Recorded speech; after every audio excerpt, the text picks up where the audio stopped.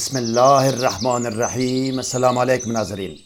خواتین حضرات، کسی چیز یا کسی شخص یا کسی سوال کا جواب یا کسی مشکل کا حل خواب میں دیکھنا چاہے یا کوئی خبر یا معلومات کا حصول مطلوب ہو تو اس مقصد کے لیے شیخ الاکبر محی الدین ابن عربی رحمۃ اللہ علیہ نے سورہ تکاثر کا ایک عمل دیا ہے، جس کو میں نے عربی سے ترجمہ کیا ہے۔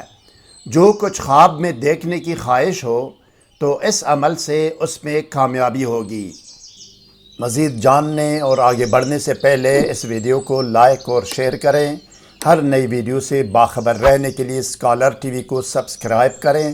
بیل آئیکن کو پریس کر کے آل پر ضرور کلک کیجیے گا تاکہ ہر نئی ویڈیو کا نوٹیفیکیشن آپ کو بر وقت مل سکے۔ شکریہ ناظرین۔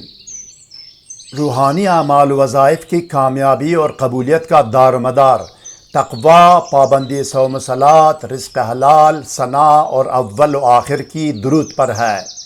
کسی بھی وظیفہ یا عمل کرنے کے بارے میں اگر ابتدائی نالج و معلومات درکار ہو تو طریقہ یا قانون وظیفہ و عمل کے نام سے ہماری ویڈیو کا لنک ڈسکرپشن میں دیا گیا ہے، جس میں اول و آخر کی درود، اسراف عمار، پرہیز، حصار، رجال الغیب اور دونی کے بارے میں رہنمائی کی گئی ہے۔ سحر و جادو اور جن و عصیب اور ڈپریشن و نفسیاتی امراض کے فوری، مکمل اور مستقل علاج کے لیے کمنٹ یا ای میل کر سکتے ہیں۔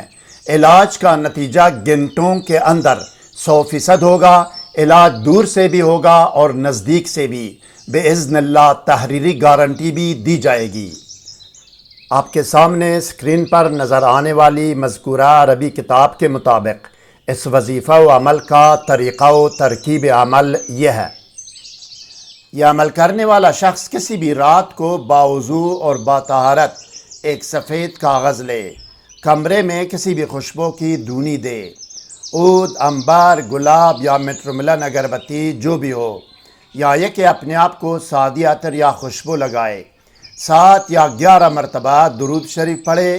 درود شریف کوئی بھی ہو، درود پڑھ کر اس سفید کاغذ پر دم کرے، اس رخ پر دم کرے جس رخ پر اس نے لکھنا ہے۔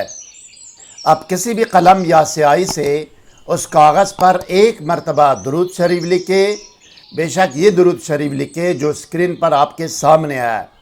اس کے بعد بسم اللہ الرحمن الرحیم لکھ کر پوری سورہ تکاثر لکھے۔